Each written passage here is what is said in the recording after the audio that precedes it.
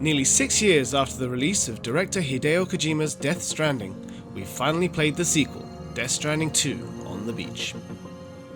While what we've played was not the final version of the game, the playable portions demonstrated a density and completeness you would expect from a final product.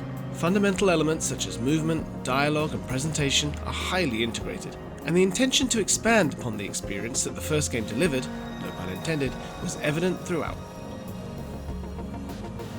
2019's Death Stranding transcended the framework of ordinary video games by metaphorically depicting cosmology and even anthropology through the act of delivery. It was a game that challenged the idea of human connection through refreshing gameplay mechanics that fundamentally re-examined the very act of movement. To me, Death Stranding was an undeniable masterpiece that delivered a viscous flow of concepts. Now that I've played its sequel for more than 30 hours, I'm starting to realize that it may have been only the beginning.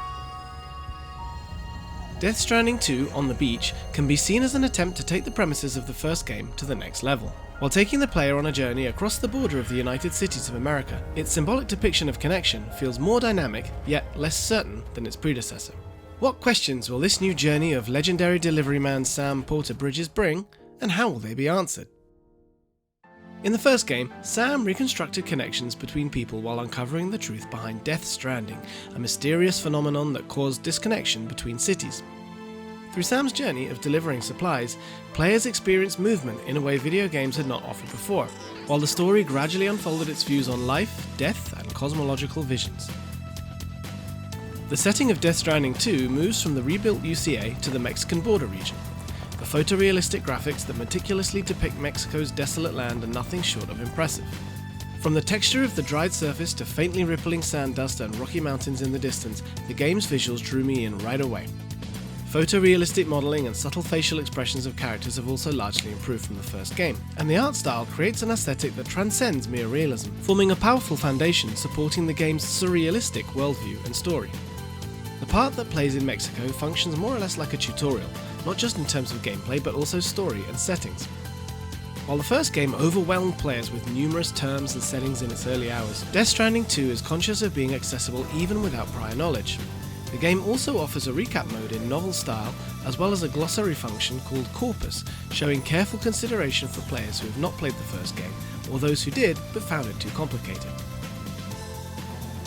I feel that the game design of Hideo Kojima's work often comes in 3 layers. For example, Metal Gear series gameplay consists of infiltration, danger, and stealth, while its movement can be divided into walking, crouching, and crawling. The same philosophy can also be seen in Death Stranding, where your Odradek scanning device visualizes terrain danger levels in 3 different colors. Death Stranding 2 follows the same rules. Just like in the original Death Stranding, once again the player has to manage cargo weight and balance while traversing unstable natural terrain. Footing must be secured on slopes while the center of gravity must be controlled to avoid being swept away in rapid water streams. The risk of cargo damage is present throughout the process, which makes traversing the world itself a nerve-wracking task. Constructions such as ropes and ladders can be used to traverse the world more conveniently. These infrastructures go beyond individual player experiences, as structures installed by other players are shared in the world by the social strand system. As you make use of ladders and bridges left by someone else, the solitary exercise of delivery gradually transforms into a more connected and social experience. In addition to highways, Death Stranding 2 allows the player to construct monorails too, which makes traversing its world a lot smoother. Highways and monorails require a lot of materials, forcing the player to utilize the game's mines to gather them. As a result, establishing trade routes has become more central to gameplay than it was in the first game. While traversing the world itself has become more convenient, environments have become more challenging in return.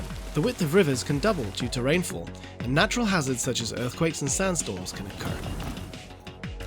As a new feature, the time of day also changes in real time, which causes additional challenges for Sam. These natural elements interfere with player actions in various ways, such as footing collapsing due to flooding and earthquakes, or visibility worsening in sandstorms and nightfall.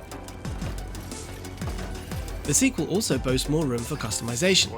The Porter grade indicates Sam's current proficiency in a more direct way, while skill points can be used to enhance stats and obtain new abilities. You can specialize in either delivery, movement, or combat skills. This shows that once again, Kojima is utilizing 3 layers of gameplay in which the player can tackle the game's missions and obstacles.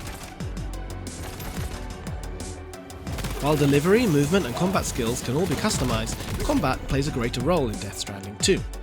In the first game, combat was limited and functioned merely as a way to secure supplies or to make your way through bases. Death Stranding Director's Cut already added infiltration missions into mule bases, but Death Stranding 2 builds more varied stages and systemized combat in the open world, seemingly as an extension of that. New human enemy forces such as bandits and armed survivalists appear, and their bases are designed as stages with simple three-dimensional structures. BTs, or creatures that appeared due to the Death Stranding phenomenon, also have new types. Larger BTs with stronger attacks make the combat more challenging than it was in the first game. Combat has become more tactical as well. By throwing a speaking doll, called Dollman, you can observe the insides of bases from above to grasp enemy placement and movement lines. While close combat remains important, remote stealth attacks with the blood boomerang, precision shooting with sniper rifles, and utilizing assault rifles and grenade launchers give the player a multitude of new options. It's even possible to put down Sam's backpack, allowing for more agile and nimble movement by completely separating him from his cargo. Weight management directly connects to mobility, which greatly enhances tactical flexibility. Whether to engage in direct combat, choose stealth, or avoid combat altogether, freedom of approach has increased when compared to the first game. You can even refund your used skill points, welcoming trial and error to find the playstyle that suits you best. As partially revealed in trailers, after a series of dramatic events, Sam will cooperate with Drawbridge, a civilian company established by Fragile. As the setting moves from Mexico to Australia, a new journey begins. A mobile base called DHV Magellan, named after the explorer Ferdinand Magellan who travelled around the world, functions as a hub for the player. As the name DHV Magellan suggests, the story steps into themes reminiscent of colonial domination.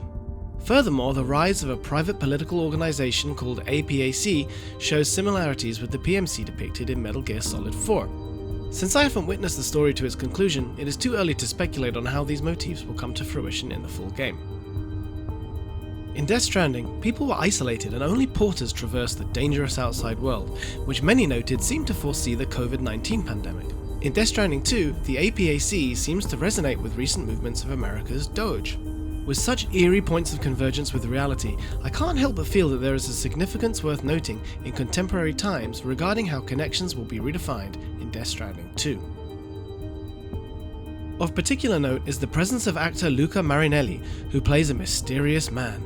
Both Marinelli's acting ability and the presentation of scenes he appears in leave a strong impression. The mystery of who this man is and why he stands in Sam's way will have players speculating for sure. Marinelli and his character are just as captivating as Mads Mikkelsen's Cliff was in the first game. One concern I had during my 30 hours with the game was that I realised that the trailers contain content that delves quite deeply into the main story, to the extent that a lot of what happened throughout the game I was already somewhat aware of. Could it be that too much has been given away in the trailers? Or is there a big surprise awaiting players when Death Stranding 2's full picture is revealed? We can only eagerly await the game's June 26th release. For more on Death Stranding 2 and everything else to do with games, keep it right here on IGN.